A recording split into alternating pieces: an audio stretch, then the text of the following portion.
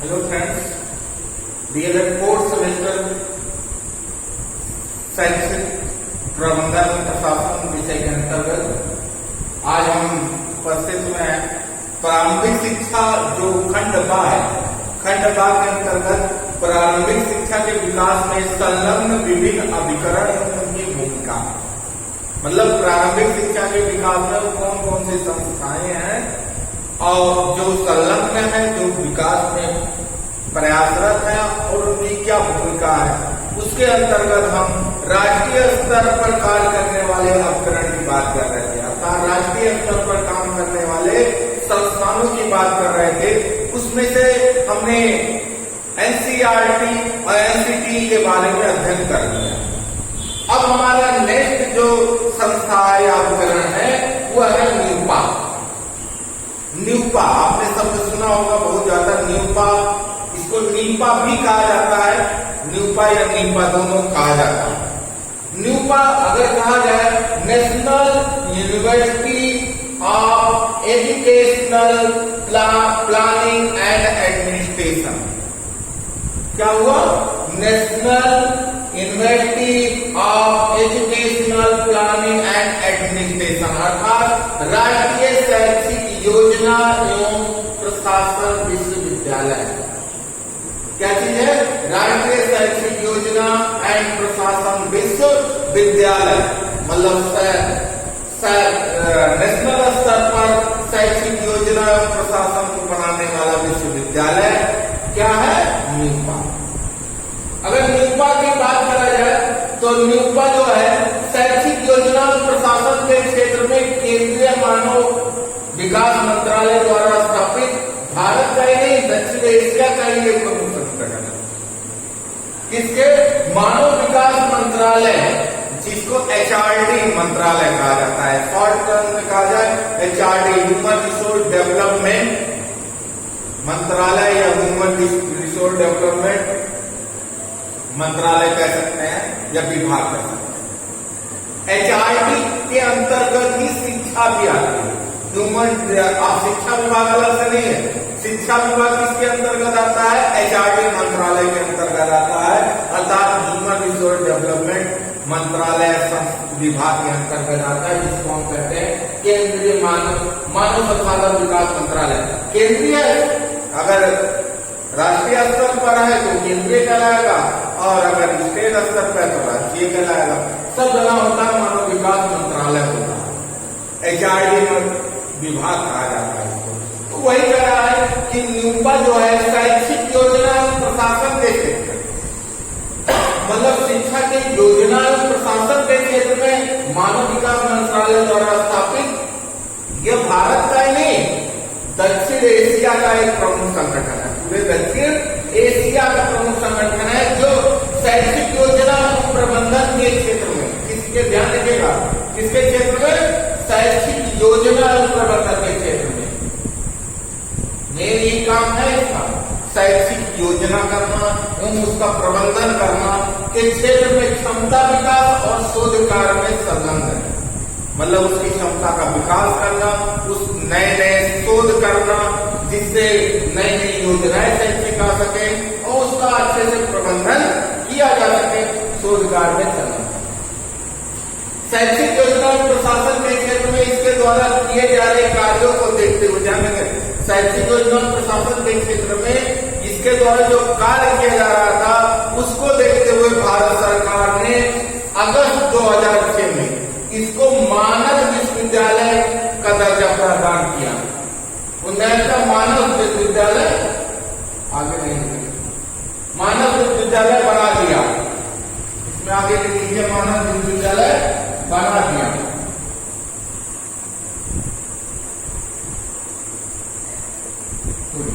क्या बना दिया? मानव विश्वविद्यालय। मानव विश्वविद्यालय जिसको इंग्लिश में कहते हैं डीम्ड यूनिवर्सिटी। आप लोगों ने सुना होगा ना डीम्ड यूनिवर्सिटी। डीम्ड यूनिवर्सिटी से तात्पर्य है कि अगर कोई यूनिवर्सिटी डीम्ड यूनिवर्सिटी हो जाती है, डीम्ड यूनिवर्सिटी ऐसी किसी नहीं बनाया जाता, जब बहुत अच्छा कार्य किसी विश्वविद्यालय को होता है तभी उसको डीम्ड यूनिवर्सिटी का दर्जा दिया जाता है। इसीलिए काम है ना, उसके कार्य को देखते हुए उसको अगस्त 2006 में डीम्ड यूनिवर्सिटी बना दिया गया। डीम्ड डीम्ड यूनिवर्सिटी से तात्पर्य या मानद विश्वविद्यालय से तात्पर्य ऐसे विश्वविद्यालय से है जो एक स्वतंत्र हो गया। अब किसी के अंदर में वो विश्वविद्यालय काम नहीं कर रहा, एक स्वतंत्र संस्था हो, वो अपना पाठ्यक्रम निर्धारित कर सकती है, वो अपना उपाधि स्वयं दे सकती है, वो फीस निर्धारित कर सकती है, कोर्स निर्धारित कर सकती है, सब कुछ निर्धारित कर सकती है। मतलब शैक्षिक क्षेत्र जो विश्वविद्यालय का काम होता है उससे संबंधित समस्त कार्यों के लिए वो स्वतंत्र है, उसके ऊपर कोई और कंट्रोल नहीं कर रहा। इसी प्रकार डीम्ड महाविद्यालय जो होते हैं, जैसे आपका नेशनल डिग्री कॉलेज लखनऊ है, वो किसी यूनिवर्सिटी से कंडक्ट नहीं है, वो अपने आप मानद महाविद्यालय है, तो वो अपना परीक्षा स्वयं कराता है, सब कुछ स्वयं कराता है, विश्वविद्यालय लखनऊ विश्वविद्यालय से क्या अंडर में नहीं करता। तो वैसे ये डीम्ड हो जाए या ये मानद विश्वविद्यालय हो जाए तो वो सब चीजों के लिए स्वतंत्र हो जाता है, चाहे वो परीक्षा कराने हो, चाहे वो पाठ्यक्रम निर्धारित करना हो, चाहे वो फीस निर्धारित करना हो, जहां कार्य के लिए चाहे उपाधि सब कुछ के लिए वो स्वतंत्र हो जाता है। उसलिए का मानव विश्वविद्यालय बना दे ताकि वह स्वयं उपाधि प्रदान कर सके, वह स्वयं उपाधि प्रदान कर सके। और यह विश्वविद्यालय भारत सरकार द्वारा पूर्णतः वित्त पोषित है, अर्थात इसका सारा खर्चा कौन उठाता है?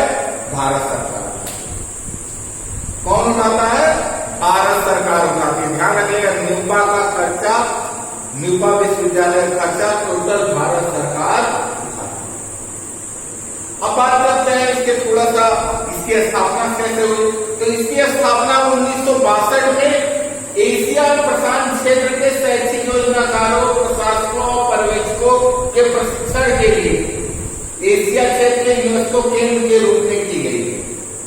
कहने का तात्पर्य है 1962 में एशिया और प्रशांत महासागर आप सुना होगा, तो उसके आसपास के क्षेत्र में जितने भी देश आते थे वहां के शैक्षिक योजनाकारों को, प्रशासकों को, पर्यवेक्षकों को प्रशिक्षण देने के लिए यूनेस्को केंद्र के रूप में इसको स्थापित किया गया था। इसको एक यूनेस्को केंद्र के रूप में, यूनेस्को का केंद्र बनाया गया था। यूनेस्को आप जान ही रहे हैं, ये एक अंतर्राष्ट्रीय संस्था है, तो इसके केंद्र के रूप में इसको स्थापित किया गया था, जिसे 1965 में एशियाई शैक्षिक योजना और प्रशासन संस्थान बना दिया गया। 1965 में क्या कर दिया गया? एशियाई का, पूरा एशिया का शैक्षिक योजना और प्रशासन संस्थान की शिक्षा की योजना और प्रशासन करने वाला संस्थान बना दिया गया। इसके 4 साल बाद, ध्यान रखिएगा कितने साल बाद? 4 साल बाद भारत सरकार ने इसका अधिग्रहण कर दिया और इसका नाम बदलकर क्या कर दिया? राष्ट्रीय शैक्षिक योजनाकार और प्रशासक कॉलेज। काम वही है, शैक्षिक योजनाकार और प्रशासन संस्थान। अभी एशियाई था, जब भारत ने अधिग्रहण कर दिया तो इसका नाम बदल कर क्या कर दिया? राष्ट्रीय योजनाकार, राष्ट्रीय शैक्षिक योजनाकार और प्रशासक कॉलेज कर दिया। राष्ट्रीय शैक्षिक योजनाकार और प्रशासक मतलब शिक्षा से संबंधित योजनाएं बनाना तथा उसका प्रशासन एडमिनिस्ट्रेशन करना इस कॉलेज का काम है। 1979 में पुनः इसका नाम बदलकर नीपा, यहाँ न्यूपा है, न्यूपा है, यहाँ पर नीपा कर दिया गया, NIEP। क्या? नीपा। नॉर्मली हम लोग नीपा और न्यूपा दोनों नाम से, आज के समय में दोनों नाम से जानते हैं, नीपा के नाम से भी जानते हैं, न्यूपा के नाम से भी। तो नीपा कर दिया गया, NIEPA, नीपा। नीपा का मतलब क्या हो गया? नेशनल, अब सब कुछ वही है, वहां यूनिवर्सिटी के ना इंस्टीट्यूट हो गया बस, national institute of educational planning and administration. क्या हो गया? National institute of educational planning and administration. Hindi में कहे तो राष्ट्रीय शैक्षिक योजना एवं प्रशासन संस्थान। वहां विश्वविद्यालय था, यहाँ संस्थान, बस यही आई और यू का अंतर है। और इस संस्थान का अगर वर्तमान नाम कहा जाए तो Nipah, national institute of educational planning and administration, ये है नीपा, राष्ट्रीय शैक्षिक योजना एवं प्रशासन विश्वविद्यालय। वर्तमान नाम इस नाम से जानते हैं, इस नाम से भी जाना जाता है और इस नाम से भी जाना जाता है। दोनों नामों से इस समय जाना जाता है, चाहे इस नाम से पुकारे चाहे इस नाम से, लेकिन वर्तमान नाम जो कर दिया गया वो निरूपा कर दिया गया। यह संस्थान भारत के साथ साथ भारत और बाहर के देशों में शिक्षा के नियोजन और प्रशासन में महत्वपूर्ण योगदान दे रहा है। ये नहीं कि भारत में ही शिक्षा के योजना और प्रशासन में योगदान दे रहा है, भारत के साथ साथ बाहर के देशों के लिए भी शैक्षिक योजना एवं प्रशासन के कार्य में महत्वपूर्ण योगदान दे रहा है। ये है राष्ट्रीय शैक्षिक योजना और प्रशासन विश्वविद्यालय का परिचय। अब देखते हैं इसके स्थापित करने का उद्देश्य या इसके कार्य।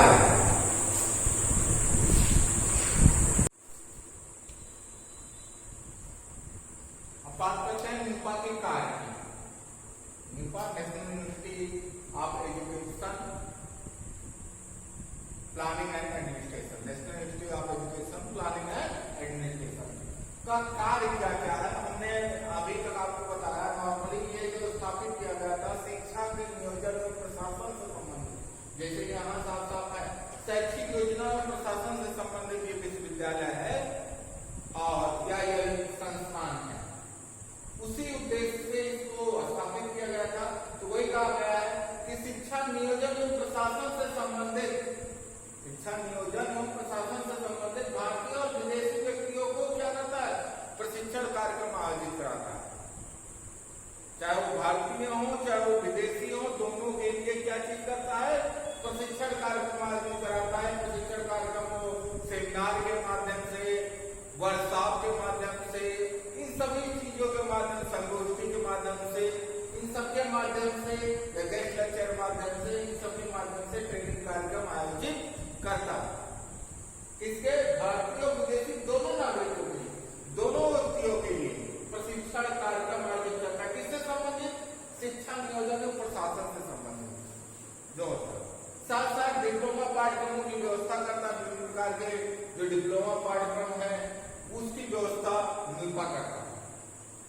तथा शिक्षा नियोजन और प्रशासन के क्षेत्र में शोध अध्ययनों को बढ़ावा देता है कि नियोजन और प्रशासन के क्षेत्र में नए नए शोध हो सके, नई नई बातें निकल के आ सके, उसके लिए उसके शोध अध्ययनों को बढ़ावा देता है कि ज्यादा से ज्यादा शोध हो और इन शोधों के द्वारा क्या है, नवीन ज्ञान निकल के आए और उसका प्रसार और प्रसार हो सके।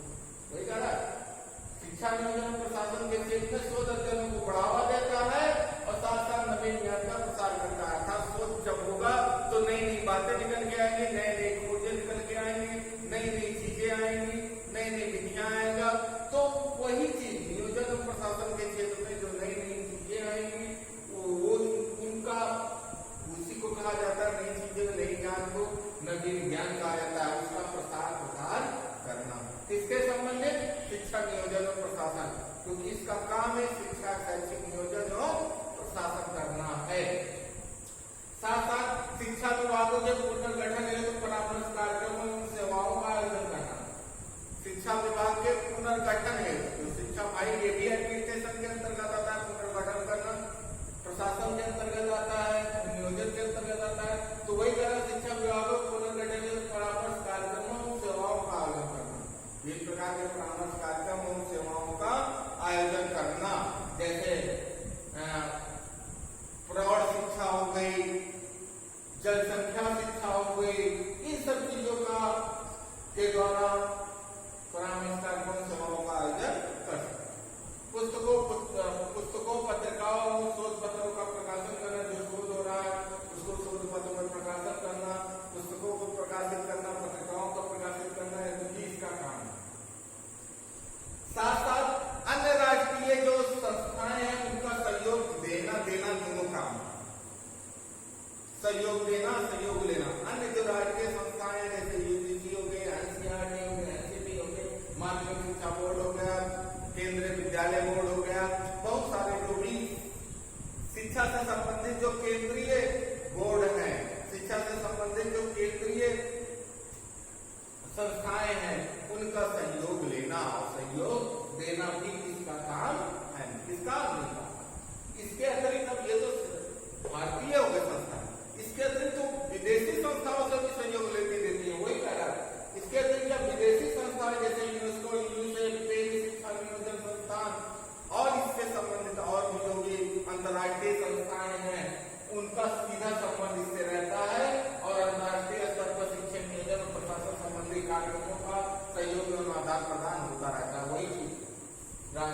संस्थाओं को जो सहयोग का आदान प्रदान होता है, वही चीज विदेशी संस्थाएं जो शिक्षा से संबंधित जो अंतर्राष्ट्रीय स्तर की संस्थाएं, चाहे यूनेस्को हो, चाहे यूनिसेफ हो, चाहे पेरिस शिक्षा नियोजन हो, चाहे अन्य कोई संस्था हो, उनके साथ भी शैक्षिक आदान प्रदान, शैक्षिक सहयोग का आदान प्रदान होता रहता है। तो ये जो न्यूपा का या राष्ट्रीय शैक्षिक योजना और प्रशासन विश्वविद्यालय के काम। अब हम बात करते हैं नेक्स्ट जो राष्ट्रीय स्तर पर संस्था है, वो है इग्नू, जिसका शिक्षा में क्या योगदान है उसकी बात करते हैं।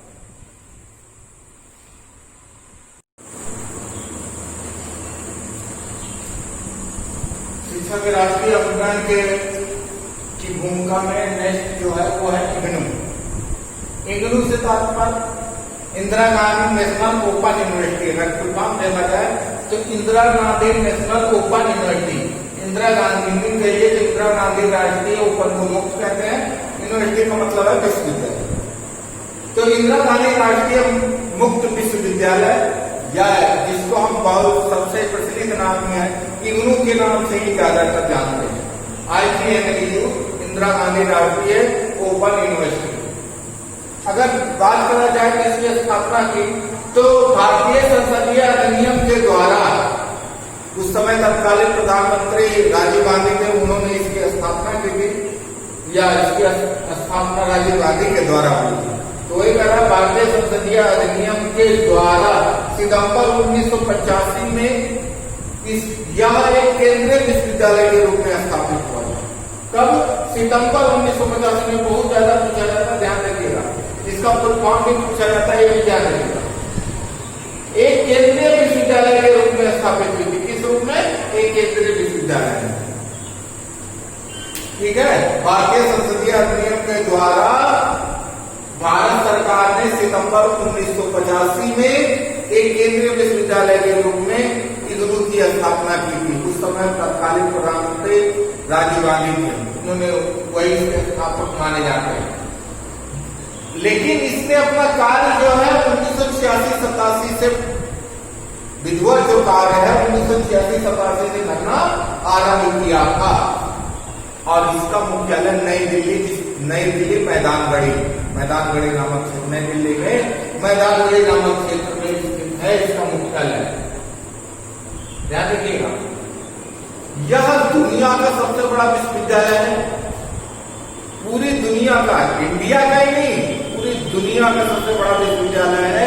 इसमें भारत और 33 अन्य देशों के, भारत के अलावा 33 अन्य देशों के लगभग 40 लाख विद्यार्थी अध्ययनरत है। कितने? 40 लाख विद्यार्थी अध्ययनरत है। बहुत बड़ी संख्या में इसमें अध्ययन कर रहे हैं। भारत और 33 अन्य देशों के, मतलब 34-35 देशों के विद्यार्थी यहाँ अध्ययन करते हैं। यह विश्वविद्यालय भारत में मुक्त एवं दूरवर्ती अध्ययन का राष्ट्रीय संसाधन केंद्र भी है, तथा दूरवर्ती शिक्षा में दुनिया का नायक है, क्योंकि दूरवर्ती शिक्षा में इससे ज्यादा कोर्सेस किसी भी विश्वविद्यालय में नहीं है, इससे ज्यादा विद्यार्थी किसी भी विश्वविद्यालय में नहीं है, और इससे बेटर क्वालिटी को विश्वविद्यालय नहीं दे रहा दूरवर्ती शिक्षा में। तो इसीलिए कहा जाता है दूरवर्ती शिक्षा में दुनिया का क्या है? नायक कहा जाता है। अगर इग्नू की स्थापना के उद्देश्य और कार्य की बात करें, सिंपल सी बात है, हम जान रहे हैं किस लिए मुक्त विश्वविद्यालय है, अर्थात दूरवर्ती शिक्षा देने के लिए विश्वविद्यालय स्थापित किया गया। तो उसमें इसका उद्देश्य क्या था कि उच्च शिक्षा का सार्वभौमिकरण और लोकतंत्रीकरण करना, उच्च शिक्षा का सार्वभौमिकरण करना, अर्थात ध्यान रखिएगा विश्वविद्यालय, तो विश्वविद्यालय पाठ्यक्रम देता है, इंटर बाद जितने पाठ्यक्रम है वो सारे पाठ्यक्रम इसके अंतर्गत मिलते हैं। इंटर बाद जो भी होता है, 10+2 के बाद जो पाठ्यक्रम होता है उसको उच्च शिक्षा कहा जाता है। तो वही कह रहा है उच्च शिक्षा का सार्वजनिकरण करना और लोकतंत्रीकरण करना, अर्थात उच्च शिक्षा सभी के लिए सार्वजनिक कर दिया गया। कोई ऐसा नहीं जो चाहे सो कर सकता है, सस्ते दर में कर सकता है। यहाँ पर फीस भी बहुत कम लगती है। ये भी नहीं है कि अगर नॉर्मल विश्वविद्यालय से आप करते हैं तो फीस बहुत ज्यादा लगती है, लेकिन आप इंग्लिश से करके सस्ते कम पैसों में कर सकते हैं। तो सार्वजनिकरण का मतलब होता है सबके लिए हो,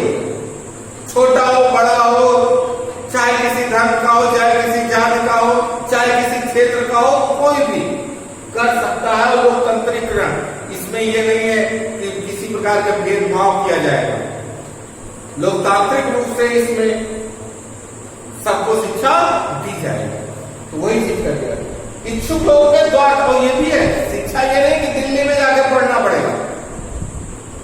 जो उच्च शिक्षा ग्रहण करने जा रहे चाह रहे हैं कि शिक्षा ग्रहण करे, उनके द्वार पर उच्च शिक्षा उपलब्ध कराएगी, उनके घर के एकदम नजदीक उच्च शिक्षा उपलब्ध कराएगी। ये नहीं कि हमें अगर पढ़ना है में तो दिल्ली में जाकर पढ़ना पड़ेगा हमारे विश्वविद्यालय। नहीं, इसके स्टडी केंद्र है जहां जहां पूरी दुनिया में फैले, पूरे भारत में पूरी दुनिया में फैले हुए। तो वही कह रहा है इच्छुक लोगों के द्वार तक पहुंचाता है। अगर हम इसमें एडमिशन लेते हैं, इसके द्वारा कोई कोर्स शिक्षा का करते हैं, तो हमें अपने घर के आसपास ही पढ़ने का मौका मिलता है। इसके स्टडी केंद्र पर जाकर हम अध्ययन कर सकते हैं। इसीलिए कहा है आयु क्षेत्र औपचारिक योग्यताएं, जैसे नॉर्मल विश्वविद्यालय औपचारिक इंट्रेंस देती है, भर्ती बहुत सारी चीजें नहीं, जो सामान्य योग्यता है उस योग्यता के आधार पर तथा आयु क्षेत्र, न आयु देखती है न क्षेत्र देखती कि नहीं इस क्षेत्र को देंगे उस क्षेत्र को नहीं, ऐसा कुछ नहीं। विचार किए बिना शिक्षा पाने के इच्छुक सभी विद्यार्थियों को उच्च कोटि की शिक्षा उपलब्ध कराने की व्यवस्था करता है। मतलब न आयु न क्षेत्र न वर्ग न जाति न धर्म, अभी जो हमने कहा इन सबको न कोई औपचारिक योग्यता को ध्यान देते, बस जो उच्च शिक्षा ग्रहण करना चाहता है उनको उच्च शिक्षा उच्च कोटि की उपलब्ध कराने की व्यवस्था कौन करता है? ध्यान रखिए। साथ साथ व्यवसाय मूलक पाठ्यक्रमों द्वारा आवश्यकता आधारित पाठ्यक्रम प्रदान करता है। व्यवसाय मूलक पाठ्यक्रमों द्वारा जो व्यवसायिक पाठ्यक्रम है उनके द्वारा आवश्यकता आधारित पाठ्यक्रम प्रदान करता है। जैसी आपकी आवश्यकता उसी प्रकार से आप पाठ्यक्रम चूज कर सकते हो, उसी प्रकार के आप कोर्स कर सकते हो। हमने कहा ना इसमें इतने ज्यादा कोर्स है, किसी विश्वविद्यालय में इतने कोर्सेस नहीं है। आप जो भी करना चाहें उसे कर सकते हैं, कोई भी कोर्स कर सकते हैं। तो इसीलिए कहा चाहे वो व्यवसायिक कोर्स है, चाहे वो तकनीकी कोर्स हो, चाहे सामान्य कोर्स, कोई भी कोर्स है वो कर सकते हैं उच्च शिक्षा से संबंधित। तो वही व्यवसाय मूलक पाठ्यक्रमों को आवश्यकता प्रदान करता है, जैसे आपकी आवश्यकता उसी प्रकार की व्यवसाय शिक्षा आप ग्रहण कर सकते हैं। उच्च शिक्षा का यह शीर्ष निकाय है, तो वही तरह शीर्ष निकाय के रूप में देश में दूर शिक्षा के मानकों को निर्धारित करता है और उन्हें बनाए रखता है। मतलब उच्च मुक्त शिक्षा या ओपन यूनिवर्सिटी देश में बहुत सारे हैं, लेकिन ओपन यूनिवर्सिटी का यह शीर्ष निकाय है, ये सर्वोच्च संस्था है। अतः यह दूर शिक्षा या मुक्त शिक्षा के नियमों को मानकों को बनाती है और उनको बनाए रखती है, उनको निर्धारित करती है और उन्हें बनाए रखती है, अर्थात पालन करवाती है दूसरे जो मुक्त विश्वविद्यालय है। तो मानक निर्धारित करने का कार्य क्यों करता है? किससे संबंधित मानक? ओपन यूनिवर्सिटियों से संबंधित मानक, दूर शिक्षा से संबंधित मानक, मुक्त शिक्षा से संबंधित मानकों को निर्धारित करना, उन्हें बनाए रखने की जिम्मेदारी किसकी है? साथ साथ जनसंख्या के बड़े हिस्से को उच्च व्यवसायिक और तकनीकी शिक्षा उपलब्ध कराती है। बड़े हिस्से को, जनसंख्या के बड़े हिस्से को, भाई भारत इतना बहुत ज्यादा अमीर देश नहीं है, लोगों के पास बहुत ज्यादा धन नहीं है कि सामान्य स्कूलों में अपने बच्चों को उच्च शिक्षा अच्छे से ग्रहण करा सके। अतः जनसंख्या के बड़े हिस्से को, बहुत बड़ी हिस्सा जो जनसंख्या की वो गरीब है या मध्यम वर्गीय है, उच्च कोटि की नहीं है, उच्च वर्गीय नहीं है। अतः जनसंख्या के बड़े हिस्से को उच्च व्यवसायिक एवं तकनीकी शिक्षा उपलब्ध कराती है। बहुत बड़ी जनसंख्या इग्नू से व्यवसायिक शिक्षा, तकनीकी शिक्षा, सामान्य शिक्षा, ये सारी शिक्षा ग्रहण करते हैं। तभी इसमें 40 लाख विद्यार्थी हैं। हर साल 40 लाख विद्यार्थी होना बहुत बड़ी बात है। तथा भारत में दूर शिक्षा पद्धति को प्रोत्साहित और विकसित करने का कार्य भी कौन करता है? इग्नू करता है, या करने का उद्देश्य इग्नू का है। किसका? दूर शिक्षा को प्रोत्साहित करने का, उसका बढ़ावा बढ़ाने का ये सारा कार्य किसका है? अब हिंदू के बाद हम NIOS के बारे में बात करते हैं। ये तो था उच्च शिक्षा संबंधी, वो विद्यालय शिक्षा संबंधी, मुक्त विद्यालय हुआ, ये मुक्त विश्वविद्यालय। हमने मुक्त विद्यालय बात करते हैं NIOS के बारे में।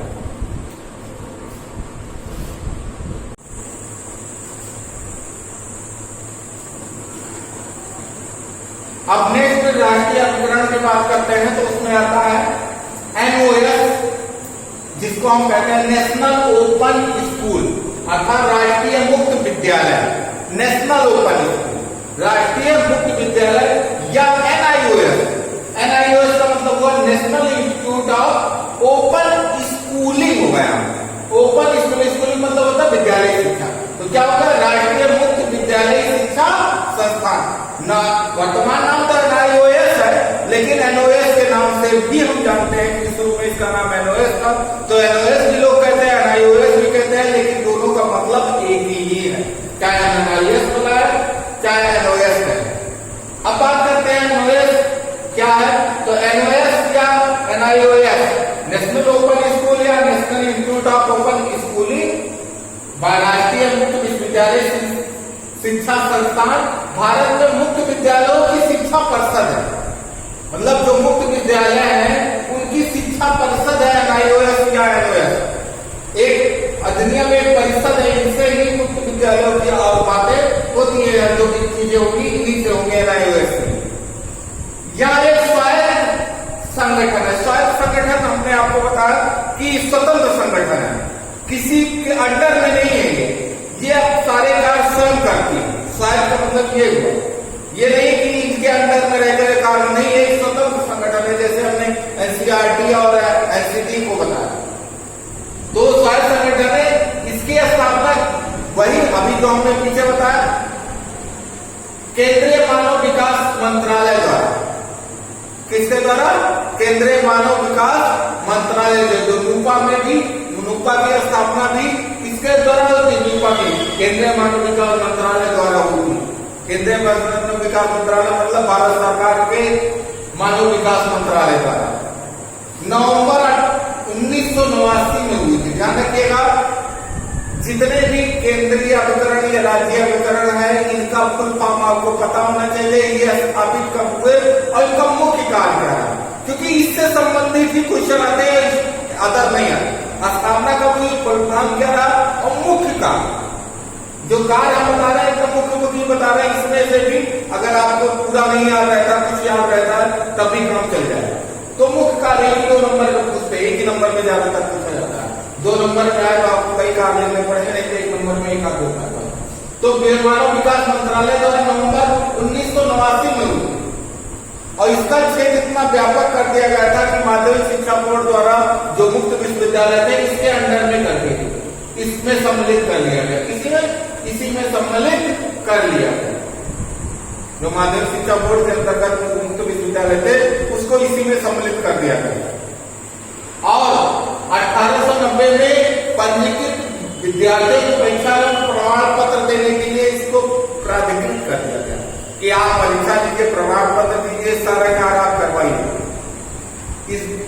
आप स्वतंत्र है, सभी कार्य करवाइए।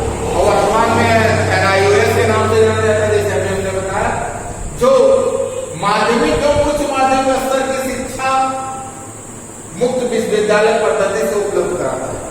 किसकी? माध्यमिक, जिसको 9 तक कहते हैं, और उच्च माध्यमिक 11 12, इनकी जो शिक्षा है वो ओपन पद्धति से कराता है या मुक्त विद्यालय पद्धति से कराता है। तथा वर्तमान में अगर कहा जाए इसमें 15 लाख पंजीकृत छात्र, कितने? 15 लाख पंजीकृत छात्र हैं, अर्थात एक वर्ष में लगभग 15 लाख बच्चे निकलते हैं। तो 15 लाख पंजीकृत छात्र है। इसका मुख्यालय पहले दिल्ली में था, बाद में अभी जब बाद में आके योग गई है, अब इसका मुख्यालय नोएडा स्थानांतरित कर दिया गया। कितना? कहा? नोएडा। पहले कहां था? दिल्ली में था, ध्यान रखिएगा, पहले दिल्ली में था, वर्तमान में नोएडा में। अगर इसके उद्देश्य और कार्यों की बात करें तो सभी इच्छुक व्यक्तियों को शिक्षा प्राप्त करने का अवसर प्रदान करती है। भाई आप रेगुलर स्कूल से नहीं कर सकते तो ओपन स्कूल से आप शिक्षा प्राप्त कर सकते हो। तो सभी व्यक्तियों को शिक्षा प्राप्त करने का अवसर प्रदान करती है एनआईएस के द्वारा। घर बैठे, ये नहीं कि दिल्ली में जाकर आपको पढ़ना, नहीं, इसलिए स्कूल है, वहां पर स्टडी सेंटर है, वहां से जाकर आप शिक्षा प्राप्त कर सकते हो। वो अभी हमने बात की, वो उच्च माध्यमिक के बाद की शिक्षा देता है, ये स्नातक से पहले की शिक्षा देता है वही। और शिक्षा का सार्वभौमिकरण करना और शिक्षित व्यक्ति को प्रमाणीकरण करना। भाई सार्वभौमिकरण हो जा रहा है, सभी को शिक्षा उपलब्ध हो जा रही है, इससे शिक्षा का क्या हो रहा है, सार्वभौमिकरण हो रहा है। जो रेगुलर स्कूलों से शिक्षा नहीं ग्रहण कर पा रहे वो ओपन स्कूलों से शिक्षा ग्रहण कर ले रहे हैं।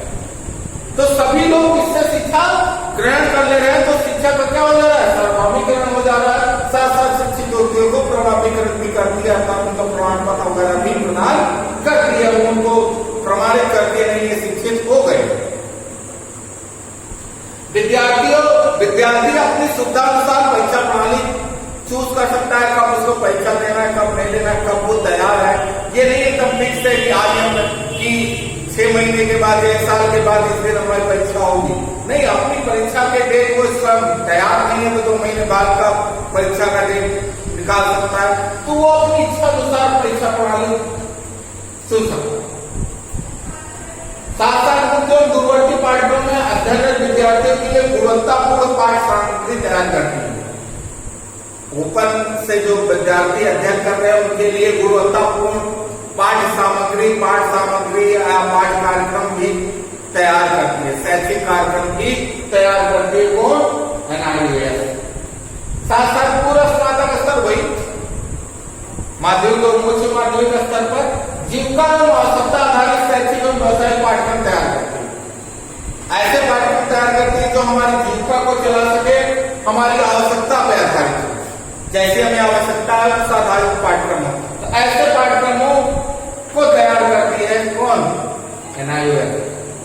स्नातक और उससे उच्च स्तर पर इग्नू तैयार करती है, और स्नातक से पहले कौन तैयार करता है, एनआईएस तैयार करता है। अनुसंधान और विकास की गतिविधियों द्वारा मुक्त एवं दूरवर्ती शिक्षा प्रणाली को सशक्त बनाती है। 2 बात क्या चीज, अनुसंधान एवं विकास की गतिविधियों द्वारा, विभिन्न अनुसंधान करके तथा विकास की गतिविधियों द्वारा मुक्त एवं दूरवर्ती शिक्षा प्रणाली को सशक्त करने का कार्य भी एनआईएस करती है। मुक्त शिक्षा प्रणाली सशक्त हो सके, ये कार्य भी एनआईएस करती है। तो राष्ट्रीय स्तर पर योगदान देने वाले उपकरण जो शिक्षा में योगदान दे रहे हैं, प्रारंभिक शिक्षा में, वो उपकरण यहाँ समाप्त हुए। अब नेक्स्ट वीडियो में हम राज्य स्तर पर कौन कौन से उपकरण या संस्थाएं हैं जो प्रारंभिक शिक्षा में योगदान दे रहे हैं, उनका अध्ययन करेंगे। वीडियो को आप देखिएगा, पूरा देखिएगा तथा नोट्स अपनी कॉपी में बनाइएगा। और वीडियो नोट्स बनाने के बाद बिना रुके एक बार वीडियो जरूर सुनेगा, जिससे आपको इससे संबंधित अगर एक बार 2 बार सुन लेंगे तो आपको पढ़ने की दोबारा जरूरत नहीं पड़ेगी, और आपको ये जो इसमें पूछा जाना है आपके डीएलएड कोर्स में उतना पूरा याद हो जाएगा। इसी साथ वीडियो पसंद आया हो लाइक करिए, शेयर करिए, कमेंट करिए, जिन साथियों को जरूरत हो उनको शेयर जरूर करिए। इसी साथ आज का वीडियो यही समाप्त करते हैं।